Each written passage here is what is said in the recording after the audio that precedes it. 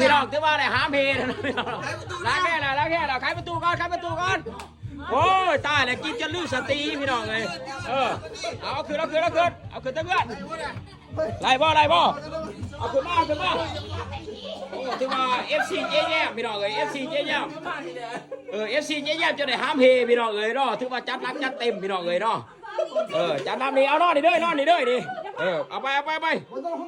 ปนเกิดกันเอาไปใส่กันไปโอ้ถือว่า FC เจ๊แย้มเนาะพี่น้องเนาะFC เจ๊แย้มมาจัดหนักจัดเต็มจะได้หามกันเกิดเดือนพี่น้องเลยเจ๊แย้มยังไม่ทันได้เมาเจ๊แย้มเสืออยู่แต่ว่า FC เพิ่นเมาแห้งเลยเนาะ